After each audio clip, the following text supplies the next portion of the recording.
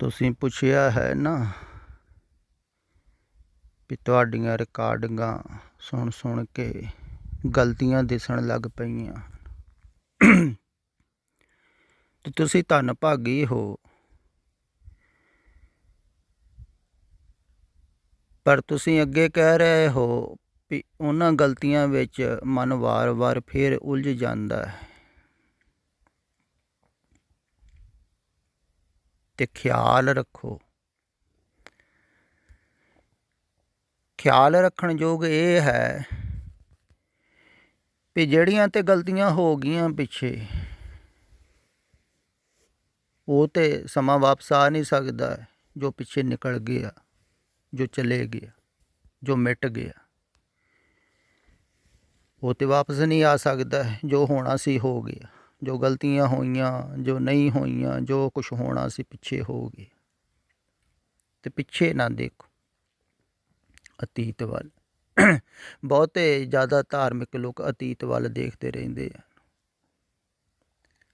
ਉਹ ਕਹਿੰਦੇ ਹਨ ਪਿੱਛੇ ਸਾਡੇ ਕੋਲ ਗਲਤੀਆਂ ਹੋਈਆਂ, ਬਹੁਤ ਬੁਰਾ ਹੋਇਆ, ਪਾਪ ਹੋਇਆ, ਜੇ ਹੋਇਆ ਵੋ ਹੋਇਆ। ਨਹੀਂ, ਸਤਿਪੁਰਸ਼ ਕਹਿੰਦੇ ਹਨ ਪਿੱਛੇ ਤੁਸੀਂ ਭਾਵੇਂ ਕਿੰਨੇ ਵੀ ਅਪਰਾਧੀ ਹੋਵੋ, ਪਾਪੀ ਹੋਵੋ, ਕਿੰਨਾ ਵੀ ਹਿੰਸਾ ਕੀਤੀ ਹੋਵੇ, ਉਹ ਤੁਹਾਡਾ ਪਿੱਛਾ ਨਹੀਂ ਦੇਖਦੇ ਹਨ, ਉਹ ਅਤੀਤ ਨਹੀਂ ਦੇਖਦੇ ਹਨ ਤੁਹਾਡਾ। ਤੇ ਤੁਹਾਨੂੰ ਵੀ ਕਹਿੰਦੇ ਹਨ ਵੀ ਤੁਸੀਂ ਵੀ ਅਤੀਤ ਨਾ ਦੇਖੋ ਆਪਣਾ, ਉਹ ਮਿਟ ਚੁੱਕਿਆ ਹੈ। ਉਹ ਤੁਹਾਡਾ ਭਵਿੱਖ ਦੇਖਦੇ ਹਨ ਵੀ ਤੁਸੀਂ ਇਹ ਗਲਤੀਆਂ 'ਚੋਂ ਮੁਕਤ ਹੋ ਸਕਦੇ ਹੋ, ਇਹ ਬਿਮਾਰੀਆਂ 'ਚੋਂ ਮੁਕਤ ਹੋ ਸਕਦੇ ਹੋ, ਇਹ ਔਗਣਾਂ 'ਚੋਂ ਮੁਕਤ ਹੋ ਸਕਦੇ ਕਹਿ ਲਓ। ਤੇ ਪਿੱਛੇ ਨਾ ਦੇਖੋ, ਪਿੱਛੇ ਲੰਘ ਗਿਆ ਸੋ ਲੰਘ ਗਿਆ, ਉਹ ਤੇ ਮਿਟ ਗਿਆ। ਉਹ ਗਲਤੀਆਂ ਦੇ ਵਿੱਚੋਂ ਸਿੱਖ ਮਿਲ ਗਈ, ਸਮਝ ਆ ਗਈ ਵੀ ਇਹ ਗਲਤੀਆਂ ਕਰਕੇ, ਇਹ ਔਗਣ ਕਰਕੇ ਕਿੱਦਾਂ ਮਨ ਫਸਦਾ ਹੈ, ਕਿੰਨਾ ਦੁੱਖ ਪਾਉਂਦਾ ਹੈ। ਦੁੱਖ ਵੀ ਮਿਲਦੇ ਹਨ ਗਲਤੀਆਂ ਦੇ, ਪਰੇਸ਼ਾਨੀਆਂ ਵੀ ਹੁੰਦੀਆਂ ਹਨ, ਤਕਲੀਫਾਂ ਵੀ ਹੁੰਦੀਆਂ। ਤਾਂ ਉਹਨਾਂ ਦੁਆਰਾ ਪਤਾ ਲੱਗਦਾ ਹੈ ਆਦਮੀ ਨੂੰ। ਜਦੋਂ ਜ਼ਿਆਦਾ ਬਿਮਾਰੀਆਂ ਵੱਧ ਜਾਂਦੀਆਂ ਹਨ ਮਾਨਸਿਕ, ਉਦੋਂ ਬੜੀਆਂ ਪਰੇਸ਼ਾਨੀਆਂ ਸਿਰ 'ਤੇ ਆ ਜਾਂਦੀਆਂ, ਤਣਾਅ ਹੋ ਜਾਂਦਾ ਅਤੇ ਆਦਮੀ ਨੂੰ ਪਤਾ ਲੱਗਦਾ। ਅਤੇ ਭਲਾ ਹੀ ਹੈ, ਪਤਾ ਤਾਂ ਲੱਗਾ। ਅਤੇ ਗਲਤੀਆਂ ਕਰ ਕਰਕੇ ਹੀ ਪਤਾ ਲੱਗਦਾ। ਗਲਤੀਆਂ ਮਾੜੀਆਂ ਵੀ ਨਹੀਂ ਹਨ ਬਿਲਕੁਲ। ਜਿਵੇਂ ਛੋਟਾ ਬੱਚਾ ਹੈ, ਗਲਤੀਆਂ ਕਰ ਕਰਕੇ ਸਿੱਖਦਾ ਹੈ। ਇੱਦਾਂ ਹੀ ਸੰਸਾਰ 'ਚ ਗਲਤੀਆਂ ਕਰ ਕਰਕੇ ਬੰਦਾ ਸਿੱਖਦਾ ਹੈ, ਅਤੇ ਬੁਰੀਆਂ ਨਹੀਂ ਹਨ। ਇਸੇ ਕਾਰਨ ਹੀ ਮਹਾਂਪੁਰਸ਼ ਜਿਹੜੇ ਹਨ ਉਹ ਨਿੰਦਾ ਨਹੀਂ ਕਰਦੇ ਹਨ।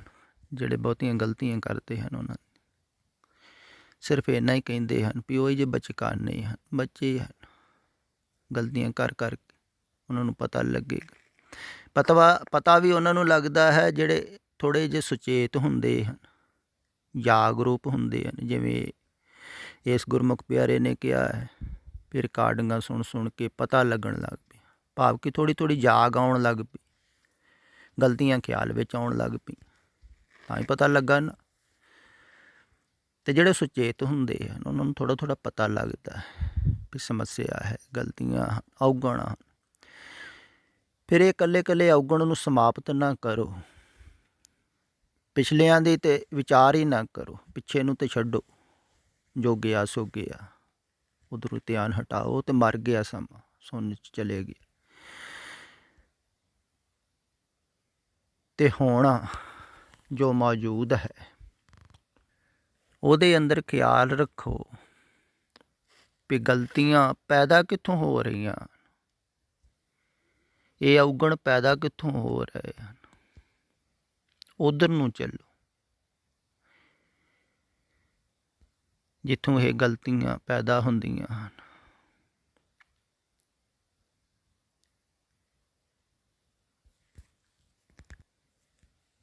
ਜਿੱਥੋਂ ਇਹ ਬਿਮਾਰੀਆਂ ਪੈਦਾ ਹੁੰਦੀਆਂ ਹਨ ਕਹਿ ਲਓ। ਮੂਲ ਬਿਮਾਰੀ ਹਉਂ ਹੈ, ਹਉਮੈ ਤੋਂ ਦੀ ਵਿਚਾਰ ਤੋਂ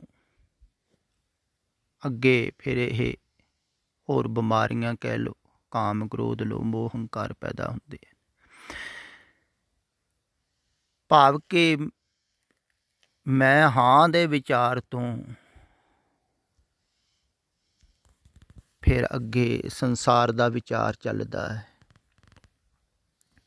ਵੀ ਜੇ ਮੈਂ ਹਾਂ ਤੇ ਇਹਦੇ ਵਾਸਤੇ ਸੁੱਖ ਸੁਵਿਧਾ ਚਾਹੀਦੀ ਹੈ, ਚੰਗਾ ਜੀਵਨ ਚਾਹੀਦਾ ਹੈ, ਚੰਗੀ ਰਿਹਾਇਸ਼ ਚਾਹੀਦੀ ਹੈ, ਉਹ ਸਾਰਾ ਕੁਛ ਚਾਹੀਦਾ ਹੈ। ਉਹ ਚਾਹਤਾਂ ਲੈ ਜਾਂਦੀਆਂ ਹਨ ਸੰਸਾਰ ਦੇ ਵਿੱਚ, ਅਤੇ ਚਾਹਤਾਂ ਕਰਕੇ ਉਹ ਸਾਰੀਆਂ ਗਲਤੀਆਂ ਪੈਦਾ ਹੁੰਦੀਆਂ ਹਨ। ਫਿਰ ਜੋ ਜੋ ਚਾਹੀਦਾ ਹੈ, ਮਨ ਨੂੰ ਸਕੂਨ ਦਿੰਦਾ ਹੈ ਜਾਂ ਸਰੀਰ ਨੂੰ ਸੁੱਖ ਦਿੰਦਾ ਹੈ, ਜਿਹਦੇ ਤੋਂ ਕੁਛ ਮਿਲਦਾ ਹੈ ਆਦਮੀ ਨੂੰ ਬਾਹਰ, ਕੁਛ ਨਾ ਕੁਛ ਥੋੜ੍ਹਾ ਥੋੜ੍ਹਾ, ਉੱਧਰ ਉੱਧਰ ਨੂੰ ਉਹ ਤੁਰਿਆ ਜਾਂਦਾ ਹੈ। ਗਲਤੀਆਂ 'ਚੋਂ ਵੀ ਬਹੁਤਿਆਂ ਨੂੰ ਬੜਾ ਕੁਛ ਮਿਲਦਾ ਹੈ, ਮਜ਼ਾ ਆਉਂਦਾ ਹੈ, ਜਿਸ ਕਰਕੇ ਕਰਦੇ ਵੀ। ਕਈਆਂ ਨੂੰ ਪੁੱਠੇ ਕੰਮਾਂ ਦੇ ਵਿੱਚ ਵੀ ਮਜ਼ਾ ਆਉਂਦਾ। ਕਈ ਲੋਕ ਹਿੰਸਕ ਹੋ ਜਾਂਦੇ ਹਨ ਤਾਂ ਉਹਨਾਂ ਨੂੰ ਹਿੰਸਾ 'ਚ ਵੀ ਮਜ਼ਾ ਆਉਣ ਲੱਗ ਜਾਂਦਾ। ਬਹੁਤ ਐਸੇ ਹੋਏ ਹਨ ਜਿਨ੍ਹਾਂ ਦੀ ਕੋਈ ਦੁਸ਼ਮਣਤਾ ਵੀ ਨਹੀਂ ਸੀ, ਜਿਹਨੂੰ ਮਾਰਿਆ ਸੀ, ਲੇਕਿਨ ਉਹ ਕਹਿੰਦੇ ਸਾਨੂੰ ਚੰਗਾ ਲੱਗਾ, ਅਤੇ ਬਹੁਤ ਹਿੰਸਕ ਹੋ ਜਾਂਦੇ। ਅਤੇ ਹਿੰਸਕ ਹੋ ਕਿਵੇਂ ਲਿਆਏ ਹਨ? ਚੰਗਾ ਲੱਗਣ ਕਰਕੇ। ਚੰਗਾ ਕਿਹਨੂੰ ਲੱਗ ਰਿਹਾ ਹੈ? ਮਨ ਨੂੰ, ਮੈਂ। ਅਤੇ ਮੈਨੂੰ ਜਿਹੜੀ ਗੱਲ ਚੰਗੀ ਲੱਗਦੀ ਹੈ ਸੰਸਾਰ ਵਿੱਚ, ਹੋਣ ਨੂੰ ਖੁਸ਼ੀ ਮਿਲਦੀ ਹੈ, ਸੰਤੁਸ਼ਟੀ ਮਿਲਦੀ ਹੈ ਮਨ ਨੂੰ, ਜਾਂ ਸੁੱਖ ਮਿਲਦਾ ਹੈ, ਉੱਧਰ ਉੱਧਰ ਨੂੰ ਹੀ ਉਹ ਫਿਰ ਲੈ ਤੁਰਦੀ, ਸੁਰਤ ਨੂੰ ਕਹਿ ਲਓ। ਅਤੇ ਪੈਦਾ ਕਿੱਥੋਂ ਹੋ ਰਹੀਆਂ? ਅੰਦਰੋਂ ਹੀ ਨਾ। ਅੰਦਰੋਂ ਤੁਸੀਂ ਕੁਛ ਚਾਹੁੰਦੇ ਹੋ ਸੰਸਾਰ ਵਿੱਚ ਆਪਣੇ ਵਾਸਤੇ, ਅਤੇ ਬਾਹਰ ਜਾਂਦੇ ਹੋ ਸੰਸਾਰ ਵਿੱਚ ਚਾਹਤ ਕਰਕੇ ਹੀ ਜਾ ਰਹੇ ਹੋ। ਚਾਹਤ ਕਰਕੇ ਗਲਤੀਆਂ ਪੈਦਾ ਹੁੰਦੀਆਂ।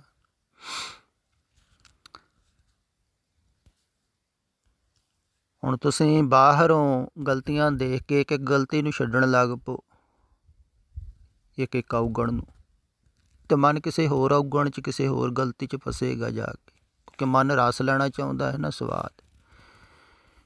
ਜੀਵਨ ਚੰਗਾ ਵਧੀਆ ਹੋਵੇ, ਮਜ਼ਾ ਆਵੇ। ਮਜ਼ਾ ਕਿਹਨੂੰ ਆਵੇ? ਮੈਨੂੰ, ਸੰਸਾਰ 'ਚ। ਅਤੇ ਜਿਹੜੇ ਜਾਣਦੇ ਹਨ ਉਹ ਕਹਿੰਦੇ ਸੰਸਾਰ 'ਚ ਮਜ਼ਾ ਹੀ ਕੋਈ ਨਹੀਂ, ਸੰਸਾਰ ਤੇ ਦੁੱਖ ਰੂਪ ਹੈ। ਸੁਪਨੇ ਦੀ ਨਿਆਈ ਹੈ ਇਹ, ਤਾਂ ਵੈਸੇ ਹੀ ਹੈ ਜੈਸੇ ਆਦਮੀ ਸੁਪਨੇ ਦੇ ਵਿੱਚ ਮਜ਼ਾ ਲੈ ਲੈਂਦਾ। ਸੁਪਨੇ 'ਚ ਵੀ ਲੈਂਦੇ ਹੋ ਨਾ ਕਈ ਵਾਰ, ਤੁਹਾਨੂੰ ਮਜ਼ਾ ਆ ਜਾਂਦਾ। ਰਾਜ ਮਹਿਲ 'ਚ ਪਹੁੰਚ ਗਏ, 36 ਪ੍ਰਕਾਰ ਦਾ ਭੋਜਨ ਖਾਧਾ, ਗੀਤ ਸੰਗੀਤ ਦੇ ਵਿੱਚ ਮਜ਼ਾ ਲਿਆ, ਅਤੇ ਸਵੇਰੇ ਉੱਠ ਕੇ ਉਹ ਮਜ਼ਾ ਜਾਂਦਾ ਲੱਗਦਾ, ਕਿਉਂਕਿ ਸੁਪਨੇ ਦਾ ਸੀ ਨਾ। ਇੱਦਾਂ ਹੀ ਸੰਸਾਰ ਦਾ ਹੈ। ਰਾਤੀ ਮਜ਼ਾ ਲਓ, ਸਵੇਰੇ ਉੱਠ ਕੇ ਸਾਰਾ ਮਜ਼ਾ ਜਾਂਦਾ ਲੱਗਦਾ। ਸਗੋਂ ਜਿਹੜੇ ਖਾਂਦੇ ਪੀਂਦੇ ਹਨ ਜ਼ਿਆਦਾ ਔਖੇ ਹੋ ਜਾਂਦੇ ਸਵੇਰੇ ਉੱਠ ਕੇ।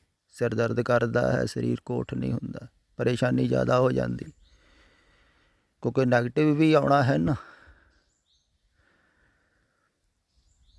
ਤੋ ਪਰੇਸ਼ਾਨੀ, ਉਹ ਪੀੜਾ, ਦੁੱਖ ਵੀ ਇਸ ਮਜ਼ੇ ਦੇ ਨਾਲ ਆਉਂਦਾ ਹੈ। ਸੰਸਾਰ ਦੇ ਵਿੱਚ ਜਿੰਨਾ ਸੁੱਖ ਹੈ ਨਾ, ਜਿਹੜੀ ਮਾਤਰਾ ਦੇ ਵਿੱਚ, ਉਸੇ ਮਾਤਰਾ ਦੇ ਵਿੱਚ ਦੁੱਖ ਵੀ ਮਿਲਦਾ ਹੈ, ਪਰ ਪਤਾ ਨਹੀਂ ਲੱਗਦਾ ਹੈ ਦੂਸਰੇ ਮਨੁੱਖ ਨੂੰ। ਕਈਆਂ ਨੂੰ ਇਕੱਠਾ ਮਿਲ ਜਾਂਦਾ ਹੈ, ਕਈਆਂ ਨੂੰ ਥੋੜ੍ਹਾ ਥੋੜ੍ਹਾ ਮਿਲਦਾ ਰਹਿੰਦਾ, ਪਰ ਦੋਵੇਂ ਇਕੱਠੇ ਚੱਲਦੇ ਹਨ, ਸੁੱਖ ਦੁੱਖ। ਸੁੱਖ ਦੁੱਖ ਦੋਨੋਂ ਕੱਪੜੇ ਪਹਿਰੇ ਜਾਏ ਮਨੁੱਖ ਜਿਹੜਾ ਮਨ ਦੇ ਤਲ 'ਤੇ ਜੀ ਰਿਹਾ ਉਹ ਪਹਿਨਦਾ। ਜਿਹੜਾ ਮਨ ਤੋਂ ਪਾਰ ਹੋ ਗਿਆ ਉਹਨੇ ਕੱਪੜੇ ਲਾ ਕੇ ਛੋੜ ਦਿੱਤੇ। ਇਹ ਸਤਿਗੁਰਾਂ ਵਾਸਤੇ ਨਹੀਂ ਹੈ। ਬਹੁਤ ਸਾਰੀ ਗੁਰਬਾਣੀ 'ਚ ਐਸੇ ਉਪਦੇਸ਼ ਹਨ, ਸ਼ਬਦ ਹਨ ਜਿਹੜੇ ਗੁਰਸਿੱਖਾਂ ਵੱਲੋਂ ਹਨ।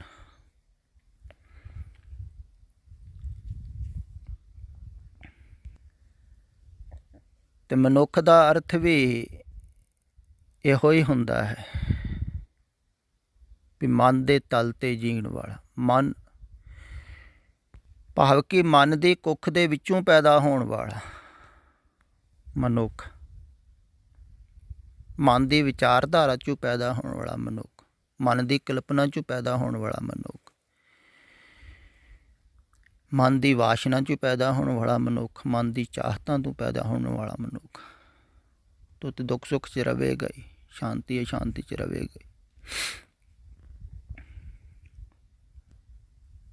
ਤੇ ਬਾਹਰ ਤੇ ਭਟਕਣ ਜਾਰੀ ਰਹੇਗੀ। ਕਿਸੇ ਦੀ ਤ੍ਰਿਪਤੀ ਇਸ ਕਰਕੇ ਨਹੀਂ ਨਾ ਹੁੰਦੀ। ਹੁਣ ਜਿਹੜੇ ਇੰਨੇ ਸੁੱਖ ਪਾ ਰਹੇ ਹਨ ਸੰਸਾਰ ਦੇ ਵਿੱਚ, ਜਿਹਦੇ ਕੋਲ ਸਭ ਕੁਛ ਹੀ ਧਨ ਸੰਪਦਾ ਹੈਗੀ, ਤੁਸੀਂ ਸੋਚਦੇ ਹੋ ਉਹ ਸਦਾ ਸੁਖੀ ਥੋੜ੍ਹੇ ਰਹਿੰਦੇ ਆ। ਉਹਨਾਂ ਨੂੰ ਵੀ ਪਰੇਸ਼ਾਨੀ ਆਈ ਜਾਂਦੀਆਂ। ਦੇਖੋ ਤੁਹਾਡੇ ਸਾਹਮਣੇ ਬੜੇ ਤਣਾਵਗ੍ਰਸਤ ਹੋ ਜਾਂਦੇ ਹਨ ਕਈ, ਤੇ ਨੀਂਦ ਨਹੀਂ ਆਉਂਦੀ। ਤੇ ਸਦਾ ਸੁਖੀ ਤੇ ਕੋਈ ਵੀ ਨਹੀਂ ਹੈ, ਇੱਥੇ ਰਹਿ ਨਹੀਂ ਸਕਦਾ। ਫਿਰ ਮੌਤ ਆ ਰਹੀ ਹੈ, ਉਹ ਸਾਰਾ ਕੁਛ ਛੱਡਣਾ ਹੈ, ਫਿਰ ਜ਼ਿਆਦਾ ਦੁੱਖ ਲੱਗਦਾ ਹੈ ਇੰਨਾ ਆਡੰਬਰ ਛੱਡਣਾ। ਜਦੋਂ ਜੀਂਦੇ ਜੀ ਤੁਸੀਂ ਛੱਡਣਾ ਨਹੀਂ ਚਾਹੁੰਦੇ ਹੋ, ਸੋਚੋ ਸਾਰਾ ਕੁਛ, ਅਤੇ ਮਰਨ ਵੇਲੇ ਕਿਵੇਂ ਛੱਡੋਗੇ? ਅਤੇ ਪੀੜਾ ਤਾਂ ਹੋਵੇਗੀ ਨਾ। ਤੁਸੀਂ ਸੋਚਦੇ ਹੋ ਵੀ ਛੱਡ ਦੇਵਾਂਗੇ, ਪਰ ਜੀਂਦੇ ਜੀ ਤੁਸੀਂ ਛੱਡ ਨਹੀਂ ਰਹੇ ਹੋ, ਮੋਹ ਮਮਤਾ ਤੋਂ ਫਾਰਗ ਨਹੀਂ ਹੋ ਰਹੇ ਹੋ, ਅਤੇ ਡਰਦੇ ਹੋ ਛੱਡਣੋਂ ਵੀ ਆਹ ਸਾਰਾ ਕੁਛ ਛੱਡ ਦੇਣਾ ਅਤੇ ਮਰਨ ਲੱਗੇ। ਛੁਟਕਾਰਾ ਇੱਕਦਮ ਥੋੜ੍ਹੀ ਹੋ ਜਾਂਦਾ, ਜੀਂਦੇ ਜੀ ਛੱਡੋ। ਅਤੇ ਬਾਹਰ ਲਗਾਵ ਦਾ ਕਰਕੇ ਹੀ ਦੁੱਖ ਪੈਦਾ ਹੁੰਦੇ ਹਨ, ਲਗਾਵ ਦਾ ਕਰਕੇ ਹੀ ਗਲਤੀਆਂ ਪੈਦਾ ਹੁੰਦੀਆਂ ਹਨ ਸੰਸਾਰ ਦੇ ਵਿੱਚ। ਅਤੇ ਅਗਰ ਤੁਸੀਂ ਲਗਾਵ ਘੱਟ ਕਰਦੇ ਜਾਓਗੇ ਤਾਂ ਗਲਤੀਆਂ ਵੀ ਛੁੱਟਦੀਆਂ ਜਾਣਗੀਆਂ। ਅਗਰ ਤੁਹਾਡੇ ਅੰਦਰ ਕੋਈ ਵਾਸ਼ਨਾ ਨਹੀਂ, ਚਾਹਤ ਨਹੀਂ ਸੰਸਾਰ ਦੇ ਵਿੱਚ ਜਾਣ ਦੀ, ਕੋਈ ਆਕਾਂਸ਼ਾ ਨਹੀਂ ਬਾਕੀ ਰਹਿ ਗਈ, ਅਤੇ ਗਲਤੀਆਂ ਤਾਂ ਆਪੇ ਛੁੱਟ ਗਈਆਂ।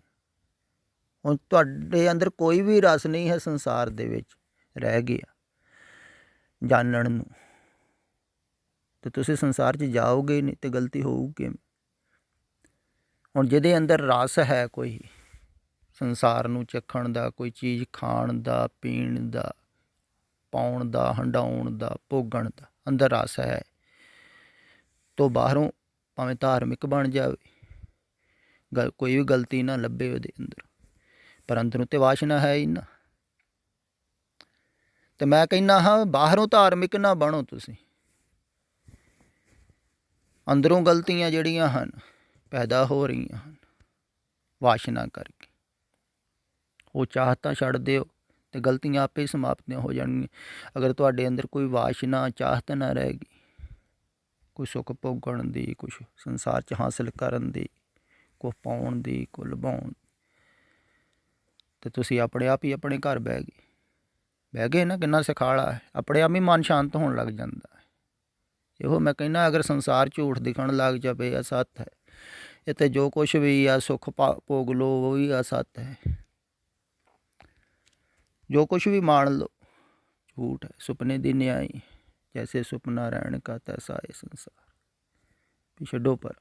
ਅਤੇ ਤੁਸੀਂ ਛੱਡੋ ਪਰਾ ਕਰਕੇ ਬਾਹਰੋਂ ਆਕਾਂਸ਼ਾ ਹੀ ਛੱਡ ਦਿੱਤੀ ਸੰਸਾਰ ਦੀ, ਤੁਹਾਡਾ ਮਨ ਆਪਣੇ ਆਪ ਹੀ ਸ਼ਾਂਤ ਹੋਣ ਲੱਗ ਜਾਣਾ, ਅਤੇ ਗਲਤੀਆਂ ਆਪਣੇ ਆਪ ਹੀ ਸਾਰੀਆਂ ਮਿਟਣੀਆਂ ਸ਼ੁਰੂ ਹੋ ਜਾਣਗੀਆਂ।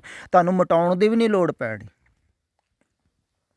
ਤੁਸੀਂ ਇਕੱਲੀ ਗਲਤੀ ਛੱਡਣ ਦੀ ਵੀ ਨਹੀਂ ਲੋੜ ਪੈਣੀ। ਹੁਣ ਜਿਹੜੇ ਇਕੱਲੀ ਗਲਤੀ ਛੱਡਦੇ ਹਨ ਵੀ ਮੈਂ ਆਹ ਨਹੀਂ ਕਰਨਾ, ਮੈਂ ਇੱਧਰ ਨਹੀਂ ਜਾਣਾ, ਮੈਂ ਉਹ ਨਹੀਂ ਕਰਨਾ, ਇੱਧਰ ਨਹੀਂ ਜਾਣਾ, ਤੋਂ ਮਨ ਅੰਦਰ ਖੋਜ ਲੈਂਦਾ ਹੈ ਕੋਈ ਕਿਸੇ ਨਾ ਕਿਸੇ ਹੋਰ ਪਾਸੇ ਜਾਣਾ, ਕਿਉਂਕਿ ਮਨ ਤਾਂ ਚਾਹੁੰਦਾ ਹੀ ਹੈ ਨਾ ਕੁਛ, ਕਹਿੰਦਾ ਉੱਧਰੋਂ ਨਹੀਂ ਮਿਲਿਆ ਚਲੋ ਇੱਧਰੋਂ ਸਹੀ, ਉੱਧਰੋਂ ਸਵਾਦ ਨਹੀਂ ਮਿਲਿਆ ਚਲੋ ਇੱਧਰੋਂ ਲੈ ਲੈਂਦੇ, ਉੱਧਰੋਂ ਕੁਛ ਪ੍ਰਾਪਤੀ ਨਹੀਂ ਹੋਈ ਸੰਸਾਰ ਵਿੱਚ, ਚਲੋ ਧਾਰਮਿਕ ਜਗਤ ਦੇ ਵਿੱਚ ਦੇਖ ਲੈਂਦੇ ਕੁਛ ਪ੍ਰਾਪਤ ਕਰਕੇ, ਇਹਦੇ 'ਤੇ ਮਿਲੂਗਾ ਹੀ ਨਾ, ਕੋਈ ਪਦਵੀ ਮਿਲ ਜੂ, ਕੋਈ ਅਹੁਦਾ ਮਿਲ ਜੂ, ਪ੍ਰਸ਼ੰਸਾ ਮਿਲੂ, ਅਤੇ ਕਈ ਪ੍ਰਸ਼ੰਸਾ ਪਾਉਣ ਦੀ ਖਾਤਰ ਹੀ ਇੱਧਰ ਸੇਵਾ ਵਿੱਚ ਲੱਗ ਜਾਂਦੇ ਆ, ਅਤੇ ਕਿਤੇ ਨਾ ਕਿਤੇ ਦਿਖਾਉਣਾ ਹੈ ਆਪਣਾ। ਬਿਮਾਰੀ ਮਿਟੀ ਨਹੀਂ, ਰੂਪ ਬਦਲ ਗਿਆ, ਰੰਗ ਬਦਲ ਗਿਆ, ਬਿਮਾਰੀ ਉਹੀ ਸਗੋਂ ਜ਼ਿਆਦਾ ਘਾਤਕ ਹੋਊਗੀ। ਸੱਜ ਗਈ ਬਿਮਾਰੀ, ਸੱਜ ਕੇ ਬੈਠ ਗਈ, ਧਾਰਮਿਕ ਹੋ ਕੇ ਬੈਠ ਗਈ ਬਿਮਾਰੀ ਹੰਕਾਰ ਦੀ। ਅਤੇ ਬਿਮਾਰੀਆਂ ਮਿਟਦੀਆਂ ਨਹੀਂ ਹਨ ਬਾਹਰੋਂ ਛੱਡੀਆਂ, ਖਿਆਲ ਵਿੱਚ ਰੱਖੋ। ਬਾਹਰੋਂ ਗਲਤੀਆਂ ਦਿਖਦੀਆਂ ਹਨ ਸ਼ੁਭ ਹੈ, ਪਰ ਗਲਤੀਆਂ ਦਾ ਮੂਲ ਦੇਖੋ ਜਿੱਥੋਂ ਪੈਦਾ ਹੁੰਦੀਆਂ ਹਨ। ਬਾਹਰ ਔਗਣ ਦਿਖਦੇ ਹਨ ਸ਼ੁਭ ਹੈ, ਪਰ ਪੈਦਾ ਕਿੱਥੋਂ ਹੋ ਰਹੇ ਹਨ? ਉੱਧਰ ਨੂੰ ਚੱਲੋ ਜਿੱਥੋਂ ਪੈਦਾ ਹੋ ਰਹੇ ਹਨ। ਮੈਂ ਇਹ ਕਹਿ ਰਿਹਾ ਹਾਂ। ਅਤੇ ਬਾਹਰ ਧਾਰਮਿਕ ਲੋਕ ਤਾਂ ਬਾਹਰਲੀਆਂ ਗਲਤੀਆਂ ਨੂੰ ਪਕੜਦੇ ਅਤੇ ਉਹਨਾਂ ਨੂੰ ਕਹਿੰਦੇ ਹਨ ਛੱਡੋ। ਨਹੀਂ, ਮੈਂ ਕਹਿੰਦਾ ਹਾਂ ਮੂਲ ਜੋ ਗਲਤੀ ਹੈ, ਮੂਲ ਜੋ ਬਿਮਾਰੀ ਹੈ, ਉਹਨੂੰ ਹੀ ਮਿਟਾਉਣਾ ਹੈ। ਉਹਨੂੰ ਮਿਟਾ ਦਿਓਗੇ ਨਾ ਅਤੇ ਸਾਰੀਆਂ ਬਿਮਾਰੀਆਂ ਦਾ ਮੂਲ ਹੀ ਖਤਮ ਹੋ ਗਿਆ। ਫਿਰ ਕੋਈ ਬਿਮਾਰੀ ਪੈਦਾ ਹੀ ਨਹੀਂ ਹੋਊਗੀ। ਤੁਸੀਂ ਸਵਸਥ ਹੋਊਗੀ। ਸਵਸਥ ਦਾ ਭਾਵ ਹੁੰਦਾ ਸਵੈਂ ਵਿੱਚ ਸਥਿਤ ਹੋਊਗੀ। ਅਤੇ ਜਿਹੜਾ ਸਵੈਂ ਵਿੱਚ ਸਥਿਤ ਹੋ ਗਿਆ ਉਹ ਪਰਮਾਤਮਾ 'ਚ ਸਥਿਤ ਹੋ ਗਿਆ, ਤਾਂ ਉਹਦਾ ਆਉਣਾ ਜਾਣਾ ਮਿਟ ਗਿਆ ਅਤੇ ਸਾਰੀਆਂ ਬਿਮਾਰੀਆਂ ਤੋਂ ਮੁਕਤ ਹੋ ਗਿਆ। ਅਤੇ ਇੱਧਰ ਵਾਸਤਵਿਕ ਦੇ ਵਿੱਚ ਜੋ ਮੂਲ ਬਿਮਾਰੀ ਹੈ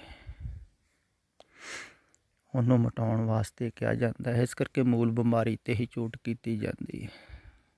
ਛੋਟੀਆਂ ਮੋਟੀਆਂ ਬਿਮਾਰੀਆਂ ਨੂੰ ਛੱਡਣ ਅਤੇ ਹੈ ਹੀ, ਉਹ ਤਾਂ ਛੁੱਟਣਗੀਆਂ ਹੀ। ਜਿਵੇਂ ਪਤਾ ਲੱਗ ਰਿਹਾ ਹੈ ਤਾਂ ਤੁਹਾਡੇ ਕੋਲ ਛੁੱਟਣਗੀਆਂ ਹੀ। ਜਿੰਨਾ ਤੁਸੀਂ ਮੂਲ ਬਿਮਾਰੀ ਵੱਲ ਦੀ ਖੋਜ ਕਰੋਗੇ ਕਿੱਥੋਂ ਪੈਦਾ ਹੋ ਰਹੀਆਂ ਅਤੇ ਆਪਣੇ ਆਪ ਹੀ ਛੁੱਟਦੀਆਂ ਜਾਣਗੀਆਂ। ਪਰ ਜੜ੍ਹ ਪੁੱਟੋ। ਉੱਤੋਂ ਦਰੱਖਤ ਦੀਆਂ ਟਾਹਣੀਆਂ ਕੱਟਣ ਨਾਲ ਦਰੱਖਤ ਜ਼ਿਆਦਾ ਫੈਲਦਾ ਹੈ। ਅਤੇ ਮੈਂ ਕਹਿੰਦਾ ਮੂਲ ਜੜ੍ਹ ਜਿਹੜੀ ਕਹਿੰਦੇ ਉਹ ਪੱਟ ਦਿਓ। ਅਤੇ ਜੜ੍ਹ ਹੀ ਪੁੱਟ ਹੋ ਗਈ ਅਤੇ ਦਰੱਖਤ ਨੇ ਪੈਦਾ ਹੀ ਨਹੀਂ ਹੋਣਾ, ਖਤਮ ਹੋ ਗਿਆ ਕੰਮ। ਅਤੇ ਜੜ੍ਹਾਂ ਵੱਟ ਦਿਓ ਇਸ ਮਨ ਦੀਆਂ, ਸਮਾਪਤ ਕਰ ਦਿਓ। ਮਨ ਮਰੇ ਤਾਤ ਮਰ ਜਾਏ, ਬਿਨ ਮਨ ਮੂਏ ਕੈਸੇ ਹਰ ਪਾਏ। ਜੜ੍ਹਾਂ ਪੱਟੋਗੇ ਤਾਂ ਹੀ ਮਰੇਗਾ ਨਾ, ਅਤੇ ਦੌੜ ਖਤਮ ਹੋ ਜਾਵੇਗੀ ਅਤੇ ਬਿਮਾਰੀਆਂ ਤੋਂ ਸਦਾ ਵਾਸਤੇ ਛੁਟਕਾਰਾ ਹੋ ਜਾਵੇਗਾ।